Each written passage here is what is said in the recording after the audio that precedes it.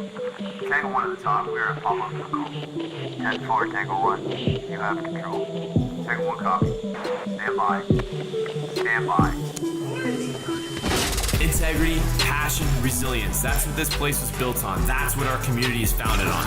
Don't act like the example, just be the example. This is the home of the greatest fitness community in the world. We're trying to create strong, able bodies, resilient to injury with a gas tank to get shit done. If there's one thing from this podcast, it's about taking immediate action, find the problem, fix the problem. This is your opportunity. It's either a hell yes or a fuck no. It's that simple. You're ruining the Tango 1 podcast. Now is the time to take action. Now's the time to do more and be more.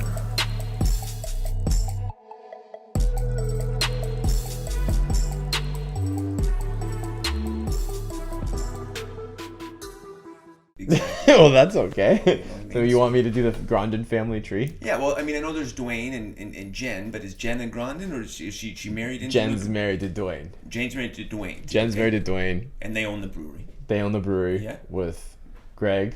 So Greg is who comes into the gym all the time. Yeah, Greg's always at the And gym. he also kind of owns Pepper Cat Yep. or something. Yep. Okay, that's Greg. Yeah. Yep. Greg and their his brothers. wife. Yeah, and their brothers. And then Yeah. they have their brother Dean, Okay, who you just were talking about. who's a garage gym OG.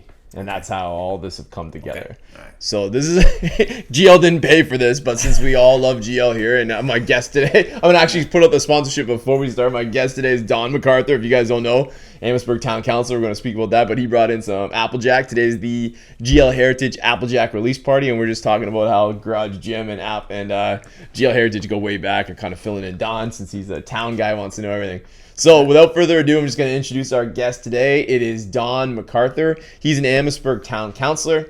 He's a former Star reporter. He held various jobs there, and he's received multiple awards for journalism and a variety of different things. He's also part of the 100 Mile Club, which is like wild to say that I know two people. And there's two garage gymmers that have accomplished this. He also works in the town the county of Essex as a communications manager.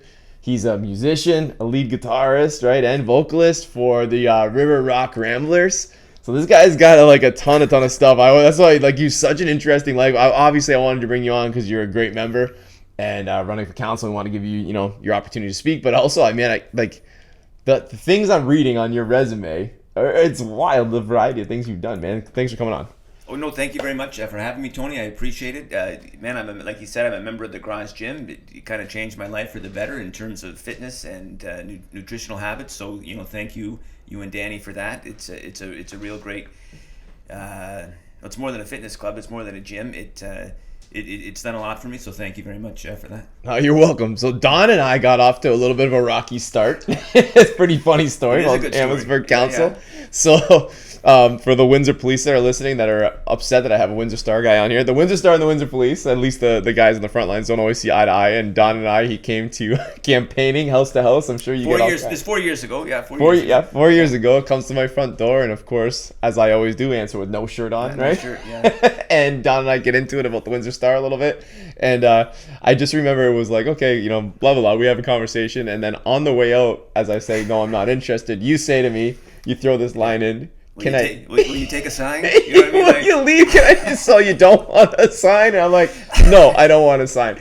But here we are 4 years later, and we've become... And he has a sign. He has a sign. Yeah, and I do have a sign. Two! He has two. I put... it's a great story that he tells. Because that's the game, is knocking on doors, right?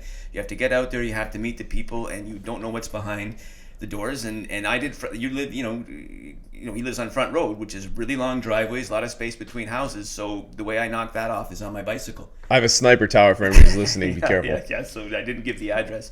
Yeah, and I knocked on the door, and sure enough, he opens it up, no shirt on, and I give the pitch, and I mentioned Windsor Star reporter, and I had the gumption at the end to to ask for a sign. And then this time round, since then, we come to the Garage Gym. I've done a couple of shreds, and like I say, I speak highly of the gym, and helped me through COVID, definitely. And this time they took a sign. But so again, I don't want to push my luck.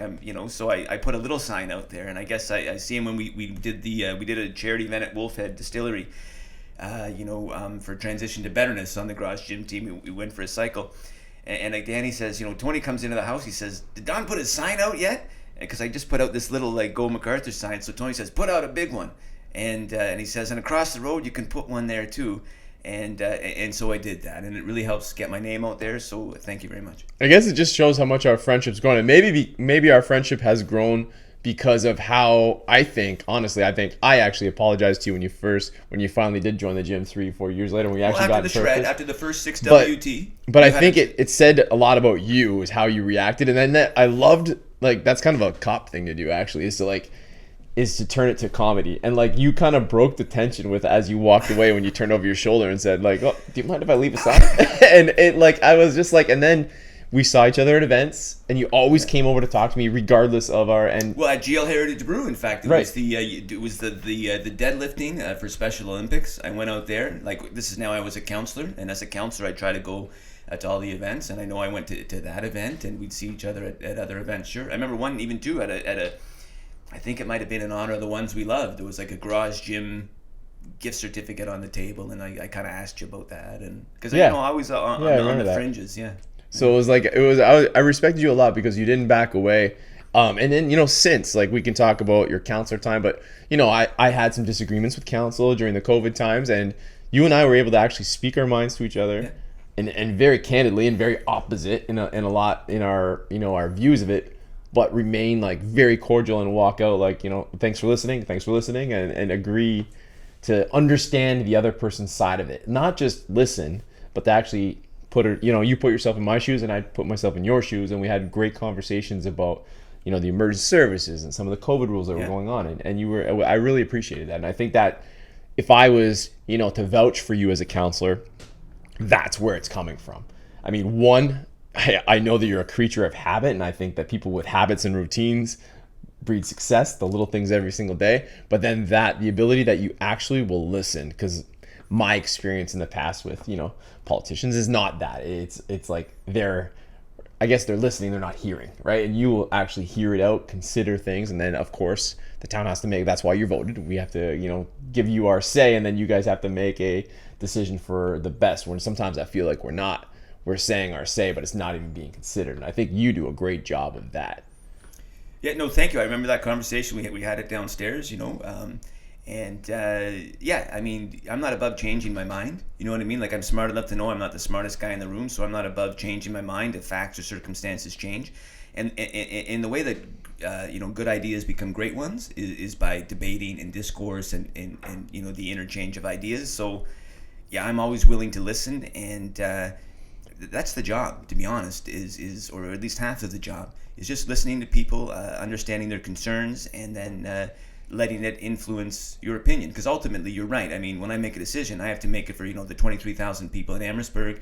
I can't make it for 5 or 10 or even 100 people. You have to make what you think is the best decision for the town as a whole, and you're not going to get them all right either. That's the other thing. I tell people that at the door. I said, I'm a human being. I'm not going to get them all right, but it's not for lack of trying. Yeah, absolutely. And I think like one of the things you said, just for people in general, is I always find that I know the conversation's over with somebody when I say something and they say, I know. And you're like, why?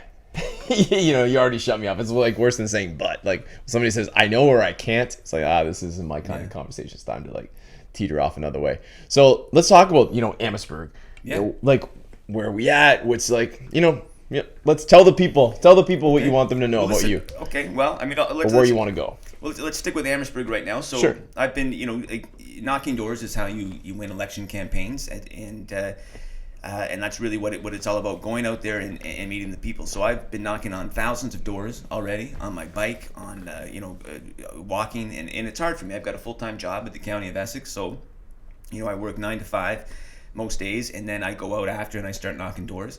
And now what you find, I used to be a golfer too, right? And the only thing a golfer needs is more sunlight. And like every night it's a little darker, it's a little darker, it's a little darker. So my window to knock doors is diminished. So I've been really, have been hustling. So what's really common that I'm getting from people as knocking on that doors is that they love this town. They do. They love Amherstburg. do. They think there's a lot of positive momentum coming out of the pandemic in terms of the renaissance of downtown, and in terms of the what's happening at the Libro Center, where there's a 2-kilometer trail going in there, where there's a dog park, where a new skate park is going to be rising. They have concerns like everybody else about taxes and about but but not even that much. It's mostly quality of life issues, right? They love this town, and they want to make sure there's good recreational amenities for their kids. They want to make sure there's good programs and amenities for seniors. But above all, they're positive, and they want to elect a positive council that shares their hope and their optimism and keeps the momentum moving forward. You can get sidetracked, as a councillor. I found if you read the comments on social media, they're not always positive, to put it mildly. But that's not the majority. The majority of the people are at their doors, and you meet them when you're knocking the doors, and most of them are very, very positive about the town and its prospects. I mean, that's obvious. You should never read the comments. That's always been my, like, when I was a cop, don't read the comments, because the comments represent the people that want to complain are always the loudest, right? So I think me as a town, a person that lives in this town and moved to this town almost 12 years ago now. And I had no plans to come to Amherstburg. And, about 10 years ago. And my wife and I came here because it was cheaper, frankly, than the house we were looking at in LaSalle, because that's where I'd always lived. Had lots of friends out here, and we moved here. We became absolutely in love with this town, and everybody who moves here does become that.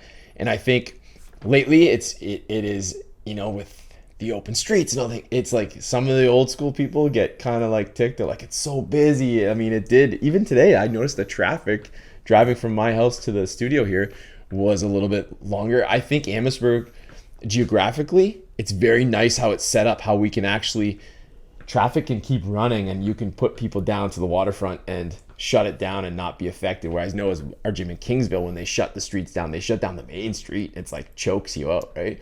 So I think there's a lot of advantage there, and I would love to see like more amenities for the kids. The trail that we have, the Greenway, I use that thing constantly. If there was something more like that, like you're saying, like a little. Well, this is so exactly like this is. It's not open yet, but I took my bike on it the other day at the Libro Center. There's a 2-kilometer trail that essentially starts at the Libro sign at the corner of Simcoe and Melash, and it goes around the back of the hill, and it spits you out down by Low Side Road. It's exactly like the Greenway, except there's more curves.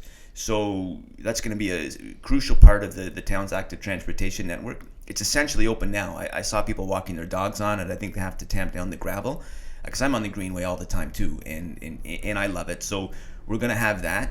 So, as part of that, I think we have to make Simcoe Street as safe as possible. I mean, there's kids going up and down there now because, the Libro's where it is and the high school's where it is. So we have to make sure, we have a low speed limit there. I would support making it a protected bike lane. Everything we can do to keep that corridor as safe as possible. Yeah, I was going to say that too. The bike lanes, I think, in Amherstburg need to improve a little bit. Yeah. Like there's, being a parent, but I'm out there on my bike too, and so are you. And I know that biking is like, you're taking your life in your own hands out there on a bike, on the concessions. We have so many concessions here that people are moving fast. And I'm riding down the second, and then all of a sudden there's no more bike lane. And you're like, oh boy, here we go. You feel like I'd love to see that happen. I think this town's really moving in the right direction in all those regards, though. 100%. And on the second, so we're doing engineering now for the second concession between Middle Side Road and River Canard. And I favor, when we do the construction, to have paved shoulders there, because right now there's no real safe way to get from LaSalle to Amherstburg. But if we could get paved shoulders on Concession Road 2, that would link up to Melash Road, Texas Road. It would be a huge link in our active transportation network. And same when we eventually reconstruct Low Side Road, because right now Low Side Road, you don't want to ride your bike on Low Side Road. And it connects to the Libro, it connects to Sandwich, which is important. Correct. Right. Yeah. Right, and then down those nice creek roads and some of those beautiful spots that I think really are hidden gems in Amherstburg, really. So, my last request for the town, and I hope other townies are listening to this, is, man, unlock the gates of the football field at Libro. It's such a great place to go and play with the kids, and all of a sudden the doors are locked, the gates are locked. Like, this is it's a community that's an expensive place the town put in. It doesn't get used very often at all. And I went out there the other day. I wanted to go play with my kids. We always go there. Couldn't get in. The kids are like, let's hop the fence. I'm like, no, the locks are there for a reason. But, do away with, we're always so worried about liability and stuff. I'd love to see that. I'm going to look into this. I'm going to ask Heidi about it. I know it hasn't always been locked. Right. Because actually it was for one of the shreds or the 6WT when we had to do a certain number of push-ups each day. I was at the leap. I took my daughter to skating, and I'm like, well, I got to go do my, I had to do 100 push-ups that day, so I did them in increments of 10. And I went on that field, and it felt cool, because it's the AstroTurf field. Beautiful field. It's kind of like from Mork and Mindy when we used to be on the field like in Boulder and all of that by the goalpost. You're dating yourself, man. You're dating sorry, yourself. I felt like that. But, Two people in this studio understand what you're talking about. I think part of it might be, I think I have heard complaints about, and this will go away once we get a dog park. Crap. Yeah, exactly. Man, so, you guys and your dogs. Yeah, so it could be that, but I'll look into it because I'm a dog guy, man. But last week I went to football. My kids were at Micmac. I know nothing to do with the town of Amherstburg. And we go to start the game. There's a pile of dog shit on the football in field? the middle of the football field, man. Man. Anyways, clean up after your dogs, guys, please. Yeah. But anyways, we can definitely move on from that stuff. But my request one thing I from want the to say town. too, so is open air. You talked about open air, and that's the other thing that's coming through loud and clear at the doors is people love open air weekends because they have families coming here, like to visit them, and they love it. And as Amherstburg grows, that's still quaint. You know what I mean? And it's still safe. And what I really noticed in the beginning of the pandemic, it was about having a beer in the street, this kind of a thing.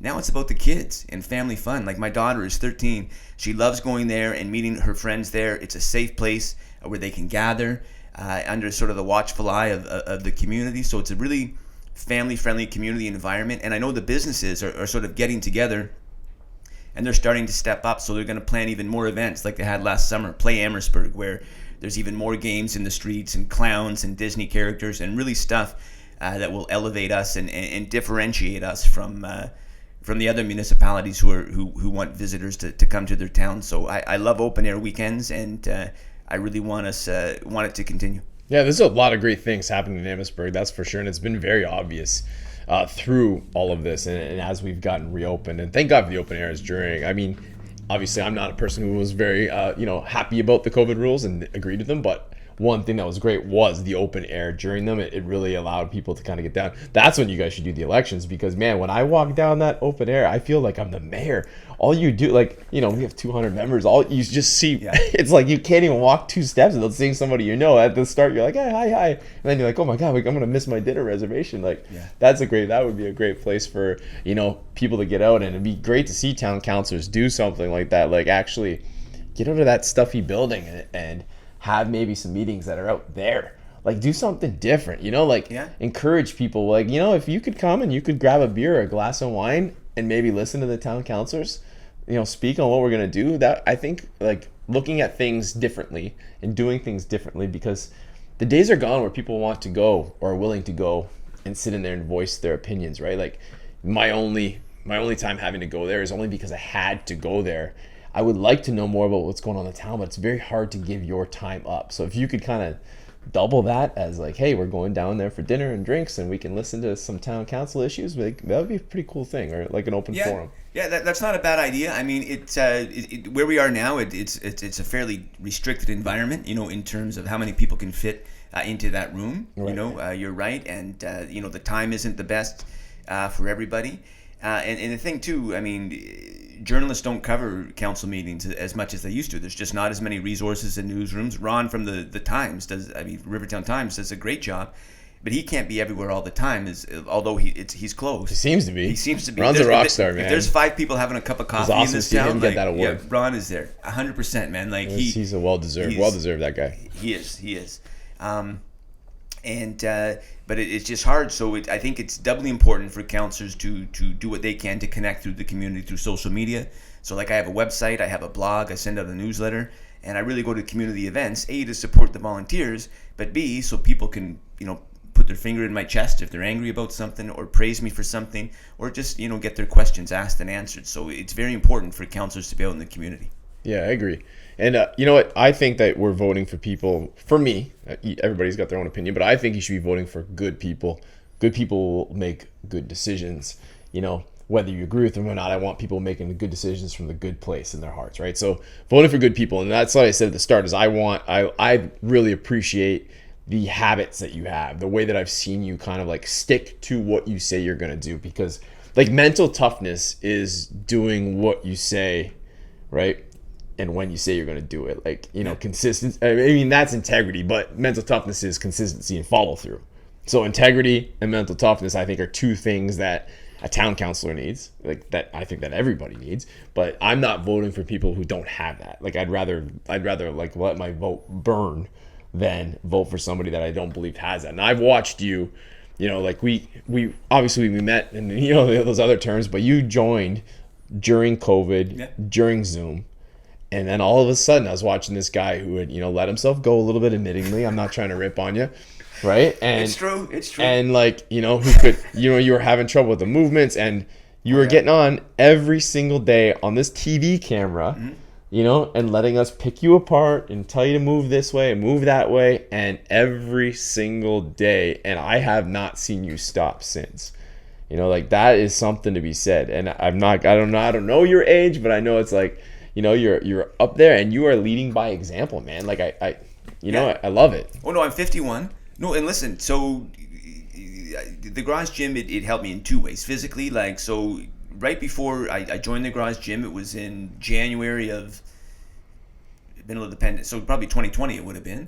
It would have been January 2020. I was 200 pounds. And now I'm probably about 165. Wow. So I've lost, 35 pounds. But I put on muscle, you know what I mean? So effectively, in the way I appear, I probably have effectively lost more. But pants, I used to LL Bean, LL Bean helped me get through the pandemic. I ordered flannel and shirt, I figured I could order.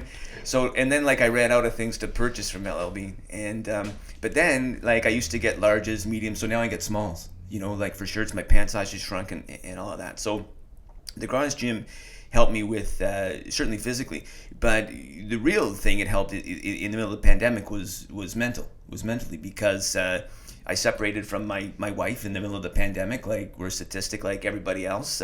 She's got a Don McArthur sign on her lawn though. So it's yeah, she does. Yes, she does. So it's we're all friendly, right? And it's all about the kid doing what's best for Violet. But whatever, things happen, people grow apart. That's life. But I'll tell you, to go through that in the middle of a pandemic, it's very isolating, right? I was working from home. Suddenly, I come home one day, my kitchen table's gone. You know what I mean? Because she needed it, at a new house. And, so it's just... Did you do one of those drop the keys and the keys hit the floor? It wasn't... No, come over work, drop the keys out. And then, I still had a couch and the TV and, but it was, we did it all very friendly. And but it's just it's a big change. And then there were days when I wasn't talking to an adult, right? And if my daughter was with my mom, with my ex, and so you start to get, it's a first world problem, right? I mean, I'm working from home, I have food on my table, I still have a paycheck, but it was very isolating. So I signed up for the garage gym, and it was little Zoom classes in my den at home, Marcella, on this little, Corey, on these little Zoom boxes. But I really started to look forward to it, each day, because, no matter what had happened at work, whether I talked to someone, because a lot of times I'm a writer, so I don't really need to talk to anybody, at least in the role I had at that time. So I was actually looking forward to the workout, okay, but mostly just to the connection, with other people. And so mentally, it was a huge, lift sort of from anxiety and depression, and that helped. And then physically, I really started to notice changes right away. Even, a lifetime hunched over a computer, you know what I mean? Right. I slouch a lot. Those banded pull aparts, really helped with the posture. And so and then the other thing is the nutrition.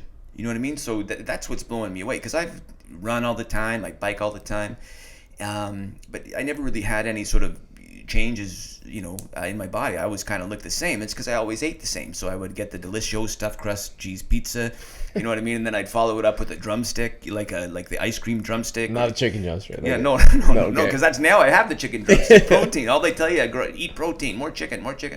And I would, so I ate really badly, a lot of sandwiches, a lot of bread, and then I did that first shred. And I actually started counting my macros, and I started eating protein and whole foods and potatoes and a lot of chicken and broccoli and rice, and whatever, or even eggs, and it opened up this whole new world for me. And when I started tracking my food, that's when I really noticed results, and my energy lifted, and then you go back to your normal life. But the lessons that I learned then, they really have sort of stuck. I still will eat pizza, but not like every night. Enjoy a beer, like Beer, No, I think that's what you did, and you were part of the 6-week transformation once we reopened, and we're running one right now. And I think there's a few like real good lessons people could learn from what you've done. Is like, one, the 6-week transformation. I know a lot of fitness people throw this out there, and it's just a moneymaker for some people, and they like, the idea is like, we're gonna cut people down in weight, which we could do easily. Like, you can do that to anybody who's 20 pounds, 30 pounds overweight. But we said in the first, day one, we want you to transform the way you live, and we want this to be the way you can do this for the rest of your life. And you are one of the people, and there's so many others who really did that. You transform, you put in all these new habits where, like, yeah, you still have a beer and you still have some pizza, and you and I have shared beer and pizza actually last weekend, ribs and all that other stuff we were eating. It was awesome. But like, that's the stuff, like, in moderation, like, we can live like an 80-20 lifestyle and be super healthy and happy. And I've seen you do that. And the other thing I think people could take note of, and you're an endurance guy, you're a runner, you're a biker, your body started to change also because you added resistance training to it. Oh, right, like, you lift weight, like, you went from, I remember, like, we could hardly get you into a deadlift position. Remember, I was always yelling at you, and then you and I are back squatting and bench pressing together, and those are the moments where me as the gym owner, I'm like, man, we're doing something. Like, when I see that, you're like, well, it really helped my running. So one of the things I really like to do is, haven't done it in a while, just because I'm knocking doors and all of this, but is Malden Park in Windsor. And the Libro is going to be close now soon. I mean, the hill, there's a hill at the Libro and this trail and all of that, but there's not too many hills in Amherstburg. So if you really want to do hills, Malden Park is a good one. And so what these ultra runners do is they walk up the hills and then they run down them like a kid, because you can really, like, make up time running down hills. So I just love doing that for hours at a time. So I would do that, and then I was okay at it. But then I came to the gym and I started doing these deadlifts, and I started doing the resistance training, like you said. I did that for a couple of months, and then I went back to Malden. I felt like a mountain goat. You know what I mean? Like, I was scampering up these hills, like, plus I guess I had lost weight as well. But I was stunned at how much faster and better I was at running because of coming to the garage gym. Right. Imagine if every step you took, when you ran, we're going to get into that, you ran 100 miles. 103.6. So, like, do you know how many steps that was? I do, because it tracked it on my app. But so let's just say it's 1 billion steps. Yeah. Now, over 1 billion steps, if you produce that much more pressure off the ground because of your strength, like, you're going to go that much faster. Yeah. But runners need to take that to another level, because I think runners are always just thinking about the time. But I want runners to think about the muscle you built in your quads, your hamstrings, your calves are going to keep your knees in place, which is going to keep you healthier and running. You run for meditation as much as you run for 100% health, right? Like, yes. And mental health as much as physical health. Yes. So, like, the more we can keep your knees, your back, your hips in place with a strong ass now that you've got a strong core, right? Good thoracic posture. Like, you're able to, like, you're just going to be able to do this thing that you love longer. Right, and I think people need to think about that. It's not, like, really about getting ripped and having a six-pack and the golf, biceps. And golf, yeah. Like, I would go golfing again, and I started to hit the ball a lot further without even really trying hard. And again, I'm like, I think that's the garage gym. It is true, but the thing with golf and baseball and stuff, you got to be careful with is you got to keep doing it while you're putting the muscle on. Yeah. Because, like, if you stop swinging, like, I just had a client, he's like hadn't played golf in 5 years, and he's been lifting with me for like a year straight, and he said he couldn't, like, he's like, I've never had to swing with pecs. Pretty funny thing. But yeah, man, let's talk about that 100 miles. So you talked about Marcel, and I remember getting like a text from you, like, and it was like such a random thing. Like, I get messages like, hey, I want to run a half marathon. That's like a very common one that I get from, like, people that lift here.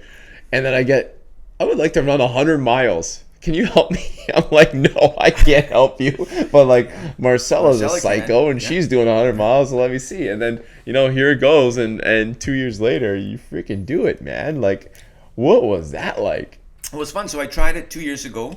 Not just 100, 100.3. 103.6. Yeah, we got to throw the... It's called The Far. I want to give a shout out to Casey the Verge and the We Ultra crew. Like, he organizes this as, just from he's built a community of runners. Like, you've built a community of garage gym, like a garage gym community. He's built this community of We Ultra runners.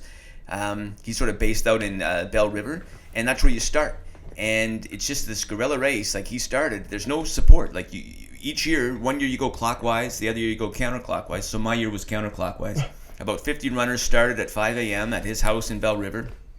and he's got like a wooden carved beaver, and the tradition is you like tap the beaver on the head, and then off you go. And when you finish, you tap it again, and you go to essentially you follow the water line. So you go Windsor, Tecumseh, LaSalle, Amherstburg, Urries, County Road 50, Kingsville, Leamington, up 77, which they call Soul Crusher. Up 77 they all have nicknames. That's called Soul Crusher, and it's an apt name. It's the red light in Comber like goes on like forever, and then you get there and you hang a left when you get to the lake, and you're done. So ultimately it's 103.6 miles, and you have to do it in 40 hours is the limit. And I did it in 39 hours and 44 minutes. No way. I had 16 minutes to spare, and I can't even tell you like how long I knew that it was gonna be tight. You know what I mean? Like for maybe 20 hours, or at least from Leamington on, because the sunrise came up when I was in Leamington, and I knew it was gonna be like I couldn't take a long break. I couldn't because I just knew it was gonna be tight because you're going, let's say. In your head, you're like, okay, if I keep it up a 20-minute mile pace, because there's a lot of walking, right? Running, walking. If I can keep this 20-minute pace, I'll get it done. But then you get a coffee, or you sit down, or you just turn behind you, or you hit a red light. I mean, 16 minutes over 40 hours it's 2 red lights and a cup of coffee, right? So like a lot of things could have gone sideways, but they didn't. I had the wind, on that final day. It was kind of with me, and so many things could have gone off the rails, and I feel blessed that I got it done. And you get a belt buckle when you finish, like this little thing. It's called the first annual We Ultra Run belt buckle, and that's what they do it for. And and plus to be able to tell the story. And I'm blessed that I was able to get it done. I loved it. Did you have a team? No, not really. Like I'm a bit of a lone wolf. You know what I mean? I know you are. Yes. I do things by myself. So. I mean, I had, what Casey did is he organized this, I'm in this thing right now, it's called the 2,000 Mile Club, and he tracks your mileage every week, and ultimately, because Steve Prefontaine, the big runner, Nike famous runner, him and his teammates in Oregon, they would run 2,000 miles a year. So there's a bunch of people that are trying to do it through this group. So I really trained for this. That's the other thing. Like, it's not just the race. It's the training, that goes into it. The race is just the tip of the iceberg, but beneath it is all this training. So I mean, I was, for 40-mile week, 40-mile week, 40-mile week. And then, a month before or whatever, 6 weeks before, I did like a couple 80-mile weeks. Well, how do you get that done when you work 9 to 5? Well, you get it done by coming home from work and going out running at 7 at night until 2 a.m., 3 a.m. with like a headlamp on, and then when they're coming in. So it's, and I did that. And I had to, because the year before I tried it, and I crapped out at mile 38 on the side of a road in Kingsville because it was going clockwise that year, and I phoned my knee kind of went, and I phoned my buddy Brian, and he came and picked me up. So did I have a team? So I had Casey with the training program, and he would organize runs every Saturday, and if you want to get good at something, you hang out with people that are good at it. You want to be a better golfer, you hang out with better golfers. You want to get better at the gym, you hang out with you. You want to be a better runner, you hang out with Casey and the We Ultra guys. And that's why I have this Coros watch. I went out one day with them on Saturday, and they all had these GPS watches, right? So I went home and I bought one. And that changed everything because it tells you in real time what your pace is, so it records everything so you can track it. So team, no. So I showed up at 5 a.m. and because I don't really like asking people for help. And people tell me you got to get over it. Like, you're a politician. Like, that's how you get it done, is asking people for help. But I still don't like to impose. And, so this is a self-reliant circumnavigation of Essex County. So what there are is road angels, right? So there's other people have teams, or there's just people that are friends of the running community. And you'll be running, and suddenly, like, they pull up with their pickup truck or a car, and they have Coca-Cola. And for all these guys, these elite athletes, man, like when they're doing the run, they're drinking Coca-Cola, they're drinking chips, or eating chips, chocolate, just garbage, like food, because you can't eat enough. Right. Like, you can't eat enough on this race. Like, I kept telling myself that, like, just whatever is in front of you. Marcel was eating bagels and cream cheese, and do you know John St. Louis? He used to be so John St. So he's a big ultra runner. Yes, so and I've never trained with Marcelo too. Okay, yeah, he's done one in, I think it's Utah, like 200 plus. Like, this guy, like he's a real deal. And in the middle of the night, there's in every big accomplishment, in your life, I think when you look back on it, there's pivotal moments, that stand out, that helped you get across the goal line. One of them, to be honest, is this time I've already thought about, is when I bumped into Danny, like when I was out just that night knocking doors. Like I knew you kind of lived around there. I didn't know where, but I was on my bike. And you tell everybody where I live again, and you're going to get thrown right off this fucking podcast, just so you know. Anyway, I was on, anyway, but it was just, there's little things that happen, and you're like, that's weird, that's serendipity. So in the middle of the night, because like I said, I don't have a team, and I had a woman who met me at the halfway point at Colchester Beach, who gave me a sweater and some peanut butter sandwiches, but then she was done. So, and it was dark, and I had the night ahead of me, and that's when it got a little dodgy too, because you start getting really tired, because in my training I hadn't factored in, when am I going to sleep? But staying up for 40 hours is not easy, and so I said, I got to catch some shut eye. So I went to the side of the road. I laid down in the grass, and I think the blinker on my thing must have still been blinking, my safety light, because a car pulls up, you hear this spitting gravel, and it's like, hey man, are you okay? And I'm like, yeah, I'm fine. And then a couple minutes later, another car comes up, I'm fine, don't worry. And then I'm like, man, I better get moving. And I get up and I start going again down County Road 50, and suddenly there's a police cruiser, and cop gets out, and he says, hey man, what's going on? I said, I'm in a race. Are you okay? I'm fine. And took down my name and number, and I just kept going down the road. So it's a long, so I keep going. And then around Kingsville, it gets a little weird on County Road 50. Right. Before you come in, I'd never really been there before. It's marinas, and just kind of, I'm like, am I in the right place? And suddenly this car comes down the road, and sure enough, he rolls down the window. It's John St. Louis. Really? Yeah, it's John St. Louis. He goes, hey, it's you, Don. I say, yeah, man, how's it going? He goes, here. And he gives me a Dr. Pepper. And then he scrounges. He goes, I don't have much. He goes, here, but I got some chips. So he dumps some salt and vinegar chips in this plastic Ziploc bag, hands them to me like an angel. You know what I mean? And off he goes. And I just kept trucking down the road, drinking that pop and eating those chips. And they lasted for a good hour, because it was a big bag of chips. And I might not have made it had I not run into him at that time and he had given me those chips. So are you gonna be the angel next time? I might run it again, but are you crazy? You gonna run this again? Probably. How long did it take you to get put back together?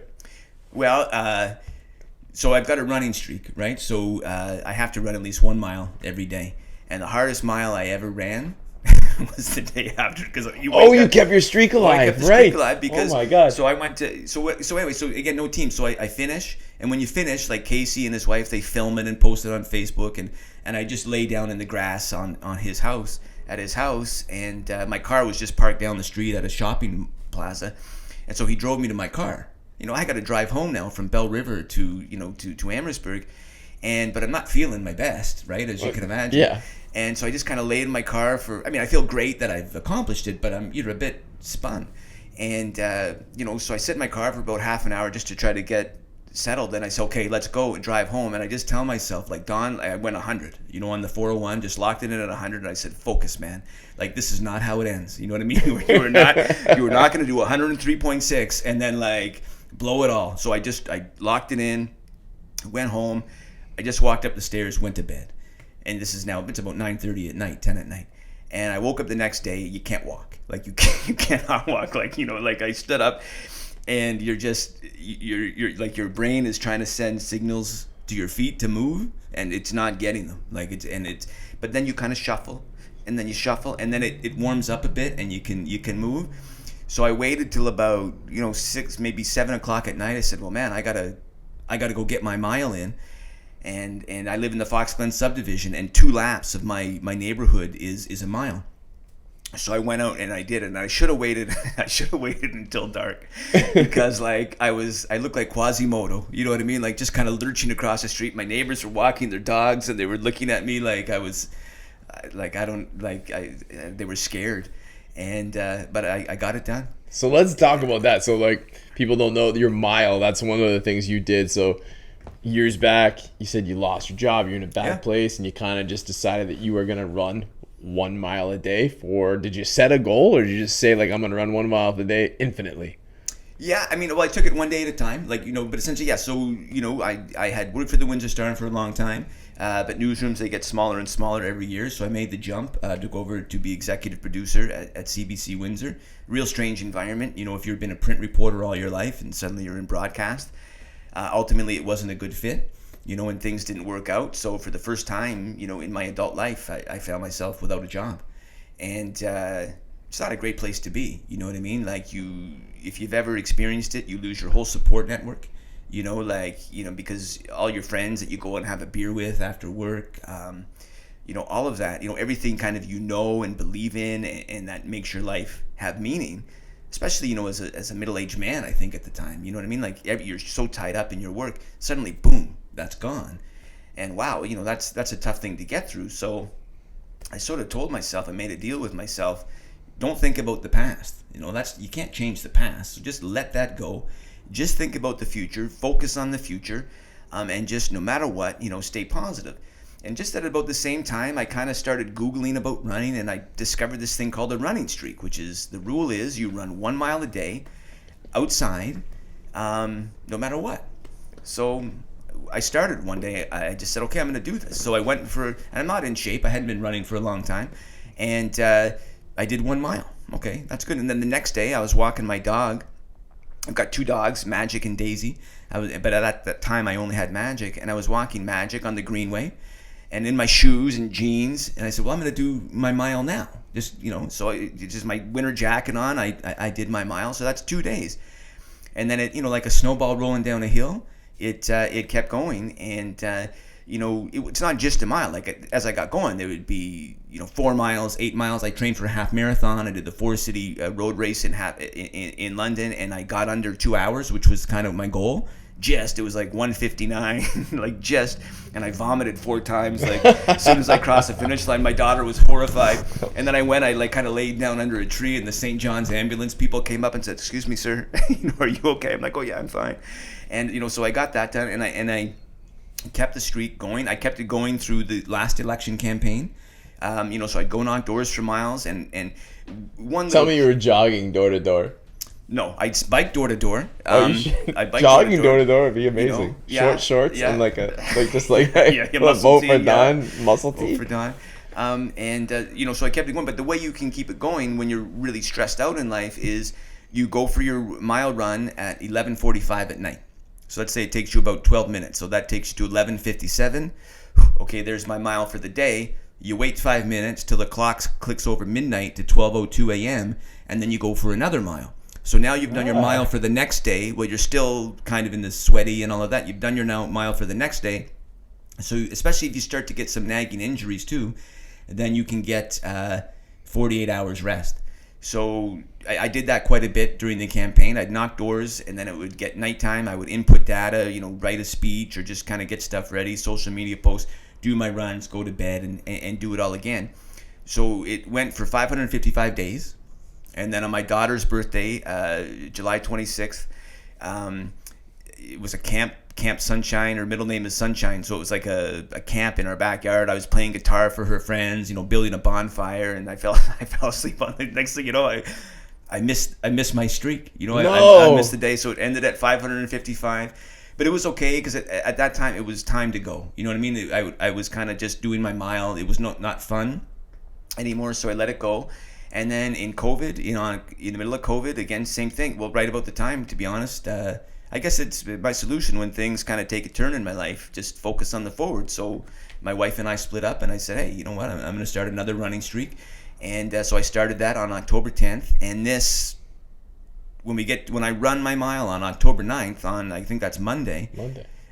Sunday. Or Sunday. Sunday, right? Okay, 10, 11, yeah. When I do it on Sunday, that will be 2 years that I've run at least 1 mile every day, and I'm proud of that, man. That's amazing, man. That's amazing. And even if you didn't do 1 mile extra, which you do, imagine how that can change your life. In terms of health and fitness, you do it for your mental health as well. But we always tell people, it's if you just came in here and warmed up with 1 kilometer on the rower, how does that add up over time? It's like you said, 1 mile, you're training for 10 and 15, but 1 mile isn't gonna destroy your body, right? It's like, Oh, yeah, like like- we're gonna add, like you're gonna add a significant amount of volume, and we always say like for fitness, it's a pyramid, right? But everybody knows the pyramid that the peak can only be as high as the base. So Yeah. 1 mile a day, or 1,000 meters, or 5 push-ups, or 1 walk, you're adding to the base. You're filling up the sand into that base of that pyramid so that the peak can get higher.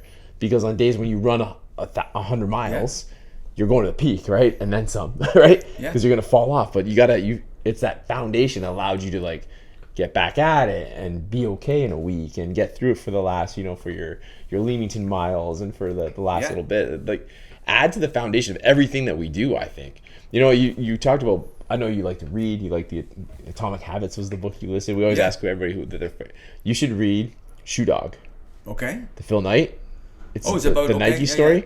You'll love it. 'Cause Okay. It's so much about running, but it's also just an outstanding story about a guy who like never quit to like make Nike into what it is, and Prefontaine's all over that thing. Okay. You would love that book. For sure, I'll check it out. One thing I really got into training for these long runs is audiobooks. Yes. You know what I mean? Yeah, And me too. because how many times can I hear Freebird? You know what I mean? Like, Yeah. I got like, or Tuesday's Gone. I kind of got tired. So I really got into audiobooks, and I looked Love up. Tuesday's Gone, by the way. It's my favorite song. It's my it's favorite way song. underrated. It is. It's by Skinner. It's my favorite song, bar none. And just at the 4-minute mark, whatever, when the piano and organ comes in, it's an anthem. And but so I listened to all these audiobooks. Atomic Habits is one, and then all these books about ultra running. About this one tribe. I can't remember in the I think it's the Andes or somewhere in South America, or the Tarahumara, and just they were born to run, and they smile when they run. And I try to do that no matter how, if you're getting, the one thing we can control in life is our reaction. And that's probably the only thing we can control, right? Like, bad stuff's going to happen, things are going to go sideways, but you can control how you react. So, if you feel pain, put a smile on your face and push through it, and try to stay positive. So I and these runners, like they're going through grueling experiences, like so just try to smile through it. And so I learned that from those audiobooks, and I actually miss it now, because for a while I haven't been going on these long runs because I haven't had time, and I really want to get back to it, especially in the winter, because it's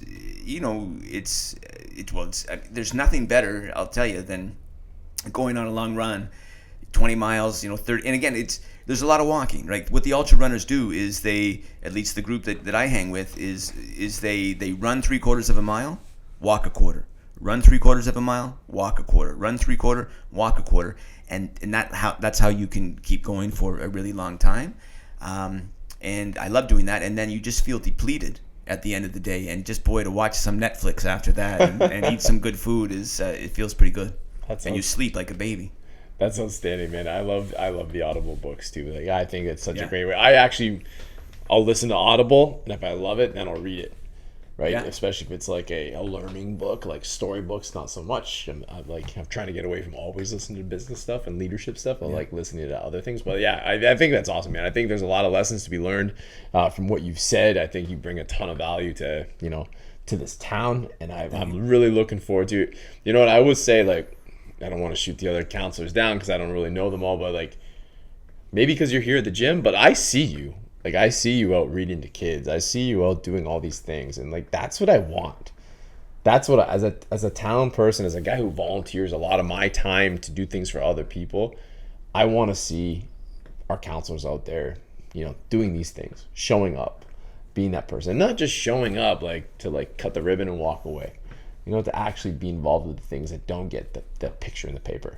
Right? So keep doing what you're doing, man. I think it's great. And is there anything you want the people to know? Is there anything, like, can they go follow you? Where, like, obviously we want you to vote for Don, but is there anything outside of that we can throw in there that'll help you out? I don't know. I mean, no, I think that if folks, take the time to check out my website, check out my Facebook page, it's facebook.com, go Aberg.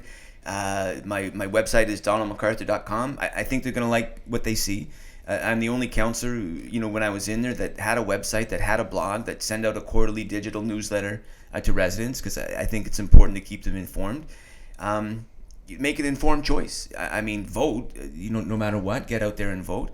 but I think if you check me out, I think you'll like what you see. Like I'm an open book, and to your point about going to the community event, that's my favorite part of the job. It's not the council meetings, I'll tell you that. I wouldn't think so. At all. It's going out to the community events, and it's supporting the groups, and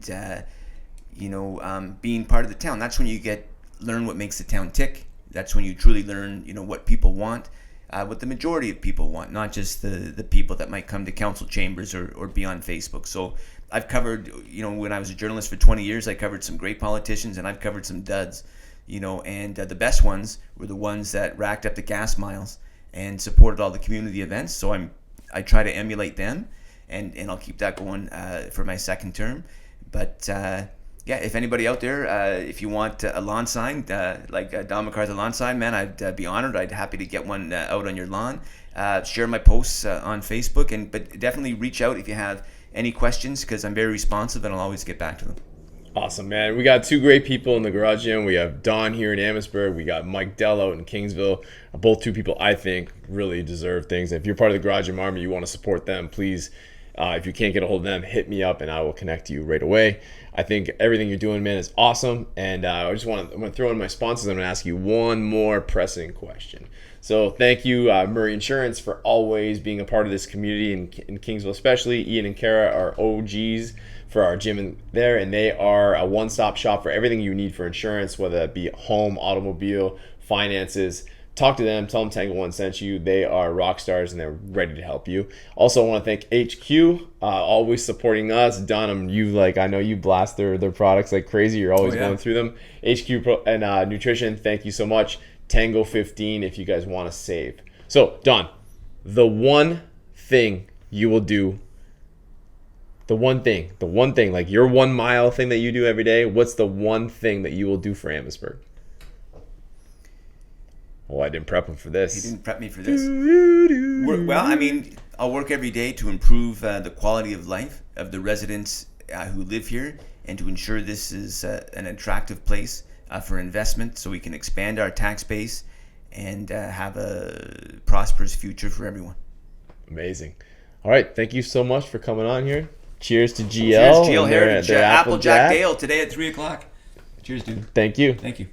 Now's the time to do more and be more.